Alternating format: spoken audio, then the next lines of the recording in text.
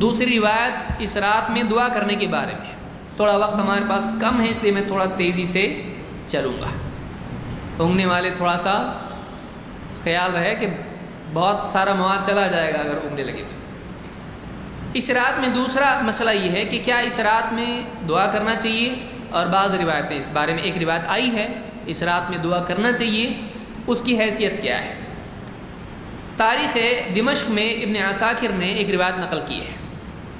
ابو امامہ الباہلی رضی اللہ تعالیٰ عنہ سے روایت ہے، قال رسول اللہ صلی اللہ علیہ وسلم خمس لیال لا ترد فیہن الدعوہ. 5 راتیں ہیں اور ان 5 راتوں میں دعا رد نہیں ہوتی ہے. کون کون سی راتیں ہیں یہ؟ اول لیلۃ من رجب، رجب کی پہلی رات، رجب کے کنڈے، رجب کی پہلی رات میں دعا رد نہیں ہوتی. یہ حدیث صحیح نہیں ہے، سنیے. ولیلۃ النصف من شعبان، اور 15 شعبان کی رات، نصف شعبان کی رات. ولیلۃ الجمعہ، جمعہ کی رات. ولیلۃ الفطر ولیلۃ النحر، اور لیلۃ الفطر یعنی عید الفطر، رمضان عید جس کو ہم کہتے ہیں بہت سارے لوگ، تو اس کی رات، اور قربانی کی رات، عید الاضحیٰ جس کو ہم کہتے ہیں اس کی رات. تو 2 عیدیں، جمعہ، 15 شعبان اور 1 رجب، 5 ہوئے. ان میں دعا رد نہیں ہوتی ہے. یہ حدیث نقل کی ہے ابن عساکر نے تاریخ دمشق میں، لیکن یہ حدیث صحیح نہیں ہے، بلکہ یہ حدیث موضوع ہے. موضوع کس کو کہتے ہیں؟ گھڑی ہوئی حدیث کو. ایسی حدیث جو واقعی نبی صلی اللہ علیہ وسلم کی بات نہیں ہے. کیوں؟ اس لیے کہ اس میں ایسا بیان کرنے والا ہے جو حدیث گھڑنے میں معروف ہے، اور کوئی دوسرا بھی اس بات کو بیان نہیں کر رہا ہے جو معتبر ہو. تو ایسے آدمی کی بات کو فوراً لے کے کہیں گے نبی کی بات ہے؟ نہیں. جو نبی کے بارے میں جھوٹ بول چکا ہو، آپ اس کی بات کو نبی کی بات بنا سکتے ہیں؟ نہیں. تو یہ حدیث ضعیف ہے. کیوں؟ کوئی آدمی کہے گا آپ ضعیف بولے تو ضعیف ہوتا، کچھ لوگ بھیجتے ہیں، آپ جس کو بول دیے ضعیف ضعیف. بھائی اس میں 2 راوی ہیں. کیوں یہ حدیث ضعیف ہے؟ نمبر 1، اس کی سند میں ایک راوی ہے ابو سعید بندار ابن عمر الرویانی. ابو سعید بندار ابن عمر الرویانی.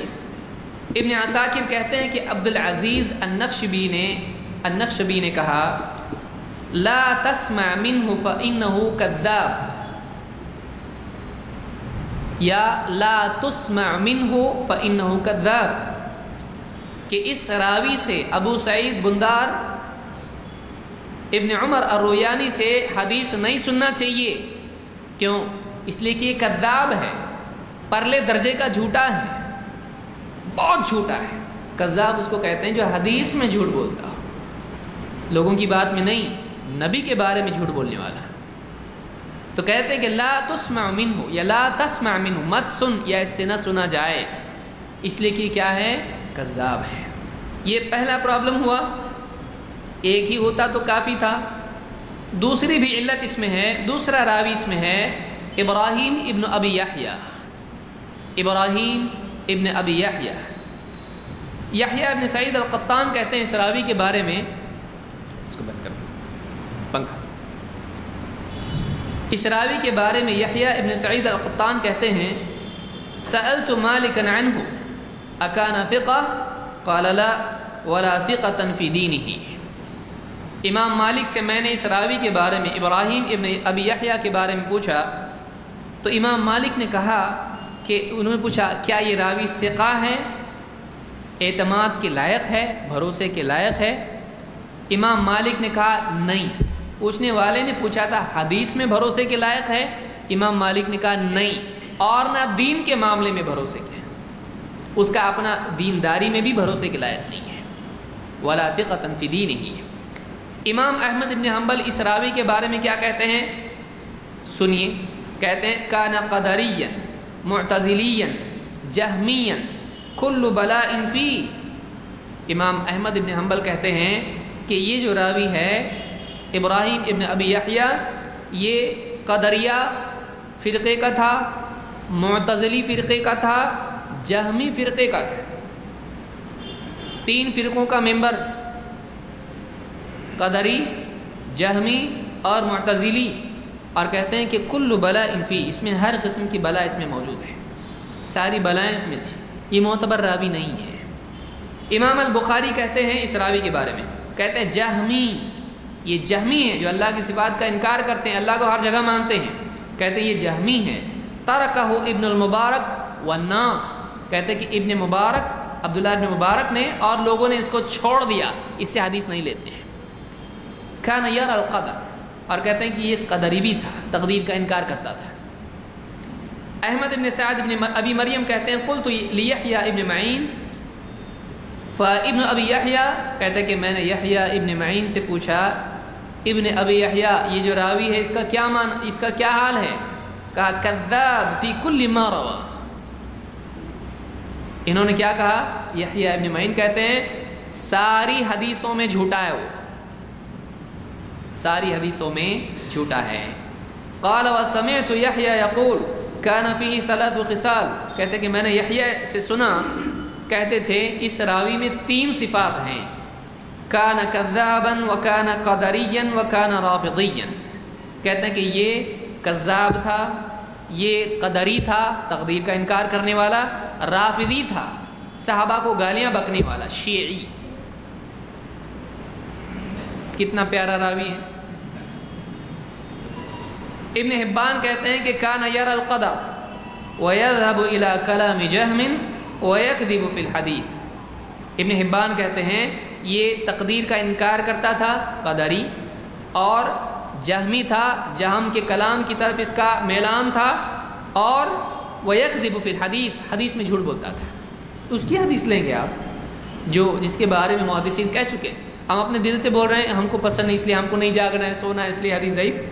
یہ حدیث ایسی ہے آج سے 1000 سال پہلے محدثین اس کے بارے میں بول چکے ہیں، پھر بھی آپ اس پر عمل کریں گے تو آپ سوچئے پھر آپ کس پہ بھی عمل کیجئے۔ کھانے میں تو ہاتھ برابر دھوئیں گے، آلو دھوئیں گے، سب دھو پی کے پھل کھائیں گے، وہ تو سب صاف چاہیے۔ دین صاف نہیں چاہیے، کچھ بھی اٹھا کے چبانا شروع کریں گے، اس کے بارے میں زیادہ احتیاط ہونا چاہیے۔ تو یہ دوسری حدیث ہم نے دیکھی جو دعا مانگنے کے سلسلے میں، آدمیوں تک کم سے کم دعا تو مانگو۔ ہم کہتے ہیں آپ روز دعا مانگتے ہیں، آج بھی مانگو، کل بھی مانگو، پرسوں بھی مانگو۔ جو آدمی اس رات میں عبادت کرتا تھا، ہر رات میں عبادت کرتا ہے، وہ 15ویں شعبان کو کیا کرے؟ سو جائے؟ نہیں، وہ کرے، اس کا معمول ہے بھائی، وہ روز کرتا ہے، روز دعا مانگتا ہے، روز توبہ کرتا ہے، روزانہ نماز پڑھتا ہے، روزانہ تلاوت کرتا ہے، رات میں کرے۔ کیوں نہیں کرے؟ کیونکہ اس کا روٹین ہے، معمول ہے، معمول کو ترک نہیں کرنا چاہیے۔ لیکن سال بھر سوتا ہے انکلوڈنگ فجر، سال بھر سوتا ہے اور فجر بھی نہیں پڑھتا ہے سال بھر، اس رات میں ایک دم دولہا بن کے پڑھ رہا ہے، تو یہ کیوں پڑھ رہا ہے بھائی؟ آج رات ہے نا ایسی، تو اس رات کی وجہ سے پڑھنے کی دلیل آپ کے پاس چاہیے نا، اس رات کی وجہ سے پڑھنے کی دلیل چاہیے کہ آج کی رات کیوں؟ بولے آج رات ہے، رات جاگنے کی کہاں سے لایا؟ اس کی کوئی دلیل نہیں ہے۔ تو ایک ہوتا ہے ایک آدمی اتفاقی طور پر عمل کرے، معمول کے مطابق عمل کرے، ٹھیک ہے، لیکن کسی فضیلت کی بنیاد پر عمل کرے، اس کے لیے دلیل چاہیے کہ آج جاگنے کی رات ہے، آج عبادت کی رات ہے، دلیل چاہیے آپ کے پاس، ورنہ وہ بدعت ہو جاتا ہے۔ تو یہ یاد رکھنے کی چیز ہے۔